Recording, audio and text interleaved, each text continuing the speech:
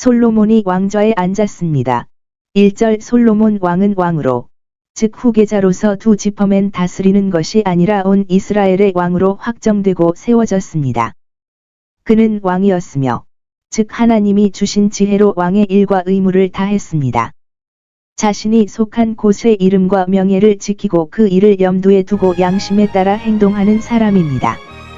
그의 궁정의 위대한 장교들, 그들의 선택에 의심할 여지 없이 그의 지혜가 많이 나타났습니다. 그들 중 몇 명은 그의 아버지 시대에 있었던 것과 동일하다는 것을 알 수 있습니다. 사독과 아비아달은 당시 제사장이었으므로 지금과 마찬가지로 아비아달이 우선권을 가졌지만 지금은 사독이 우선권을 가졌습니다. 여호사밧은 당시 기록자, 즉 큰 인의 보관자였으므로 지금과 같습니다.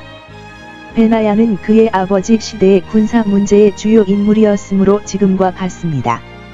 시사는 그의 아버지의 서기관이었고, 그의 아들들은 그의 아들들이었습니다. 솔로몬은 지혜로운 사람이었지만, 이 문제에서 아버지보다 더 지혜로운 사람이 되는 데 영향을 미치지 않았습니다. 아들이 아버지의 부와 명예와 권력을 물려받게 될 때, 아버지가 고용했던 사람을 고용하고 아버지가 신뢰했던 사람을 신뢰하는 것은 아버지의 기억에 대한 존경의 표시입니다. 하테리스 파리버스. 많은 사람들이 좋은 부모를 닮았다는 자부심을 가지고 있습니다. 나머지는 사제의 아들이었다. 그의 국무총리는 제사장 사독의 아들 아사랴였습니다. 첫 번째 계급의 다른 두 사람은 선지자 나단의 아들이었습니다. 그는 그들을 선호하면서 선지자의 이름으로 사랑했던 선한 아버지에 대한 감사한 존경심을 간증했습니다. 왕의 식탁과 곶간과 마굿간을 위해 여러 나라에서 식량을 보내오는 일을 하는 그의 집안 식구들을 위해 그의 집이 항상 최상의 상태로 잘 갖추어지도록, 그러므로 위대한 사람들은 좋은 집안 살림을 배워 자신의 능력에 따라 관대하게 지출하되 제공할 때는 신중하게 하십시오. 멀리서 음식을 가져오는 것이 덕이 있는 여인의 성품이니 값비싸고 귀하게 사는 것이 아니라 그 반대로 모든 것을 가장 싼 곳에서 사는 것이니라. 그리하여 그 자신과 즉시 그를 따르는 자들이 많은 수고를 덜고 국가 사업에 더욱 힘쓰며 많은 섬김에 대하여 근심하지 아니하고 그들의 손에 준비된 것을 준비하게 하려 함이니라. 따라서 왕국의 모든 지역이 자국의 생산품인 상품을 없애고 동전을 유통시킴으로써 동등하게 혜택을 받을 수 있습니다. 이로써 산업이 장려되고 결과적으로 궁정에서 가장 멀리 떨어져 있는 부족들에서도 부의 증대가 이루어질 것입니다. 하나님의 섭리는 그분의 통치 영역의 모든 곳에 미치므로 왕자들의 신중함과 보살핌도 마찬가지여야 합니다. 이 신탁을 여러 손에 나누어 준 것은 신중한 것이었는데, 이는 어떤 사람도 그 신탁을 돌보는 일에 계속 부담을 느끼거나 그 이익으로 엄청나게 부자가 되지 않도록 하기 위함이었고, 솔로몬이 모든 지역에서 궁정에 의존하면서 기회가 있을 때마다 그와 그의 이익을 위해 봉사할 수 있는 사람들을 갖게 하려는 것이었다. 군대나 해군이 아니라 솔로몬은 전쟁에 참여하지 않았음. 가정을 위해 승리하니 승리의 위원은 위인들이 일반적으로 하인을 부르는 것처럼 성으로만 명명되었습니다. 벤허, 벤테카르 등. 그 중 몇 명은 자신의 고유 이름도 접두사로 붙였습니다. 그 중 2명은 솔로몬의 딸 베나비나답과 아히마아스와 결혼했는데, 그들이 사업가들과 결혼하는 것을 비난하지 않았습니다. 약속의 언약의 이방인인 왕자의 아들들보다는 이스라엘 사람인 아버지의 궁정 장교들과 더 잘 어울렸습니다. 게베의 아들은 라못 길르앗에 있었고 게베 자신은 시혼과 옥의 나라에 있었는데, 거기에는 그곳과 마하나임이 포함되어 있었습니다. 그러므로 언급된 다른 두 사람은 그에게 의존하고 그에게 종속되어 있었기 때문에 그는 그 땅에서 유일한 장교라고 할 수 있습니다. 20-28절.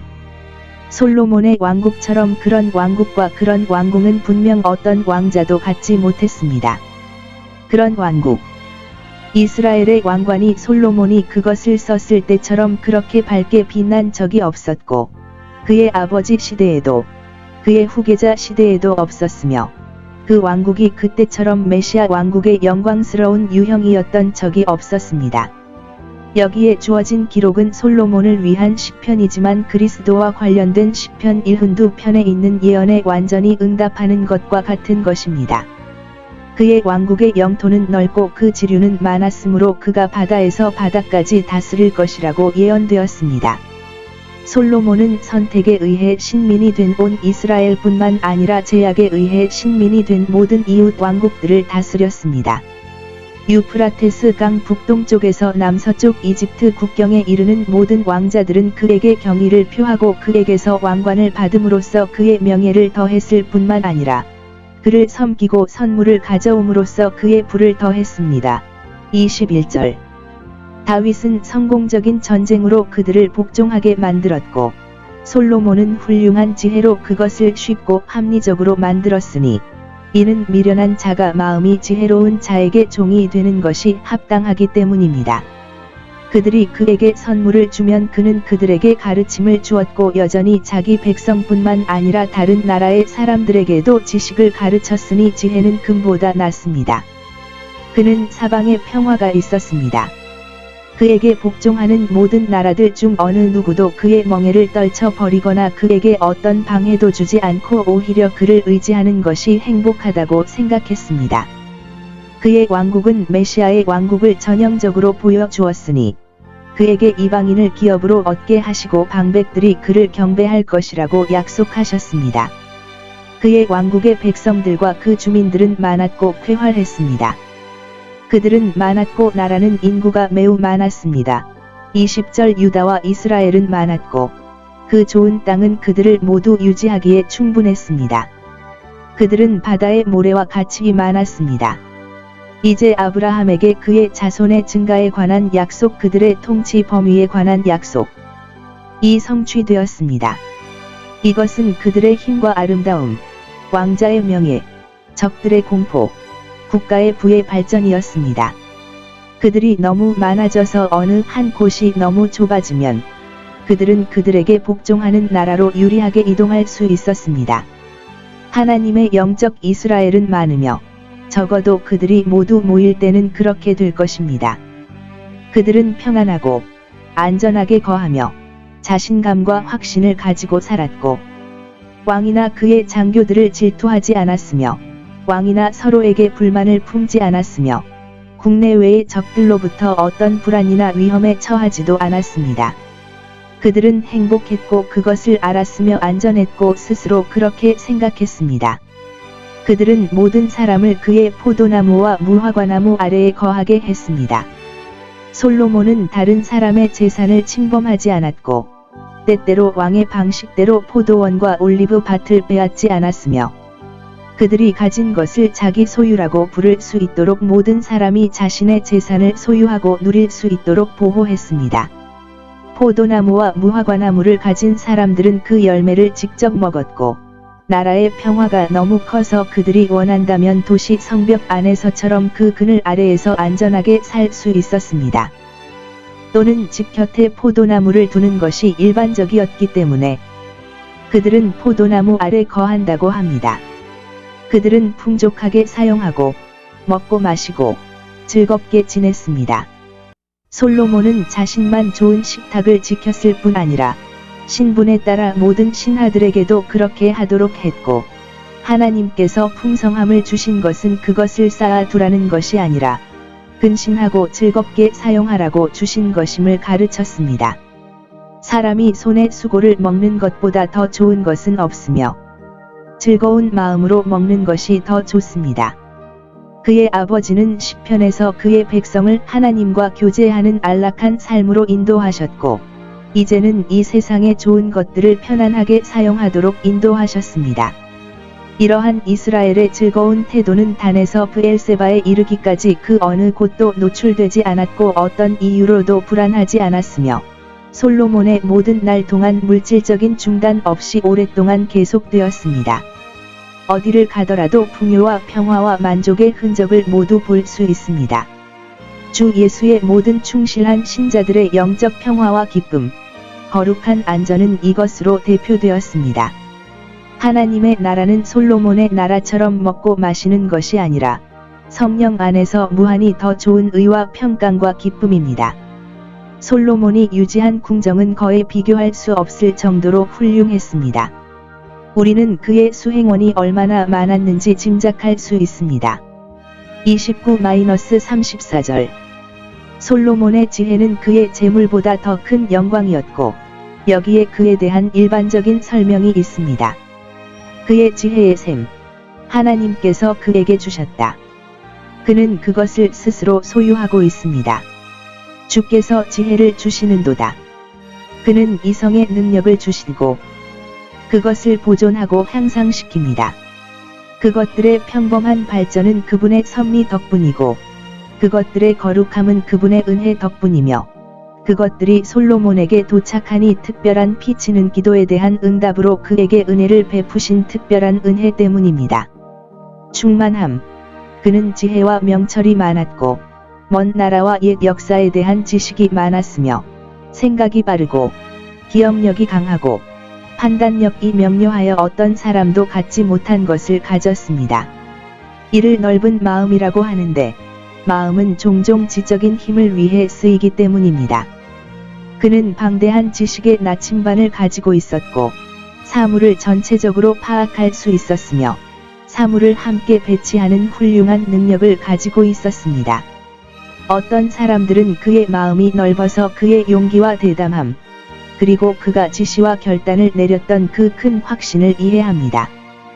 또는 자신의 지식으로 선을 행하려는 그의 기질을 의미할 수도 있습니다.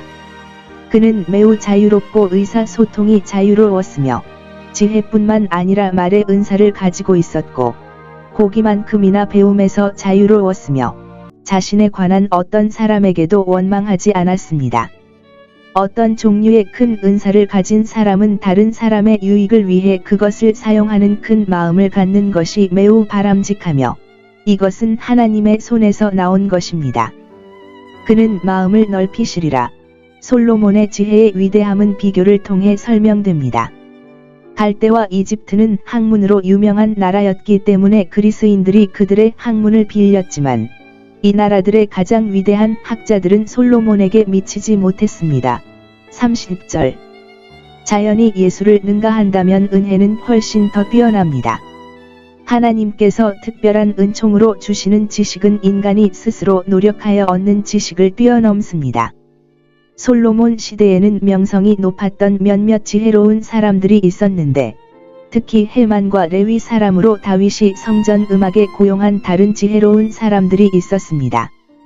헤만은 하나님의 말씀에 대한 그의 선견자였습니다. 갈멜과 다단은 친형제였으며 학문과 지혜로 유명했습니다. 그러나 솔로몬은 그들보다 뛰어났고 그들을 능가하여 그들을 당황하게 만들었으며 그의 조언은 훨씬 더 가치 있었습니다. 명성. 모든 나라의 소문이 났습니다. 그의 큰 부와 영광은 그의 지혜를 훨씬 더 탁월하게 만들었고 가난과 무명 속에 사는 사람들이 가질 수 없는 지혜를 보여줄 기회를 갖게 했습니다. 지혜의 보석은 그것을 세움으로써 큰 유익을 얻을 수 있습니다. 그것의 열매, 이것으로 나무가 알려졌으니 그는 자신의 재능을 묻지 않고 지혜를 보여주었습니다. 그의 작곡에서 신성한 영감으로 기록된 신성한 것들은 여기에 언급되지 않았는데 이는 그것들이 현존하며 세상 끝날까지 그의 지혜의 기념비로 남을 것이며 성경의 다른 부분들과 마찬가지로 우리를 구원에 이르도록 지혜롭게 하는 데 사용되기 때문입니다. 그러나 이 외에도 그가 말했거나 그에게서 기록하라고 지시한 것을 보면 그는 도덕주의자였으며 매우 신중했던 사람이었음이 드러나는데 지혜로운 말, 아포리즘을 말하여 인간 생활에 훌륭하게 사용되었기 때문입니다. 세상은 잠언의 지배를 많이 받고 있으며 솔로몬보다 더 유용한 잠언을 제공한 사람은 없었습니다. 우리가 가지고 있는 잠언에 포함되었는지는 확실하지 않습니다. 그는 시인이자 재치가 뛰어난 사람이었다. 그의 노래는 1500곡이었는데 그 중 오직 한 곡만이 현존하는데 그 이유는 오직 한 곡만이 신성한 영감을 받았기 때문에 그의 노래 중 노래라고 불립니다. 그의 지혜로운 가르침은 잠언으로 전달되어 그가 가르치려고 고안한 사람들에게 친숙하고 모든 경우에 준비되어 있으며 노래로 전달되어 즐겁고 정서를 감동시킬 수 있습니다. 그는 자연 철학자였으며 자연의 신비에 대한 학문과 통찰력이 뛰어난 사람이었다. 그는 자신과 다른 사람들의 관찰과 경험을 바탕으로 식물과 동물에 대한 글을 썼으며 그 본성과 특성에 대한 설명과 어떤 사람들은 그것들의 의학적 사용에 대해 썼습니다. 그의 대화에서 솔로몬의 지혜를 듣기 위해 이웃보다 지식을 더 탐구하는 사람들이 각처에서 왔습니다. 이 이야기를 들은 왕들은 사신을 보내어 그 이야기를 듣고 그 가르침을 가져오게 했습니다. 솔로몬의 궁정은 학문의 중심지였으며 철학자들, 즉 지혜를 사랑하는 사람들이 모두 그의 등불에 촛불을 켜고 그에게서 지혜를 빌리기 위해 찾아왔던 만남의 장소였습니다. 현대의 학문을 고대의 학문보다 더 높이 평가하는 사람들이 이 후대의 어느 곳에서나 솔로몬이 주인이었던 것과 같은 지식의 보물을 생산하게 하소서. 그러나 이것은 인간의 학문의 명예를 부여하여 솔로몬이 칭찬을 받았으며 지상의 위대한 사람들에게 부지런히 찾을 가치가 있다고 추천합니다. 하지만 마지막으로 솔로몬은 그리스도를 본받았으니 그 안에는 지혜와 지식의 모든 보화가 감추어져 있고 사용하기 위하여 감추어졌나니 이는 그가 하나님께로부터 우리에게 지혜로 지으심을 받았습니다.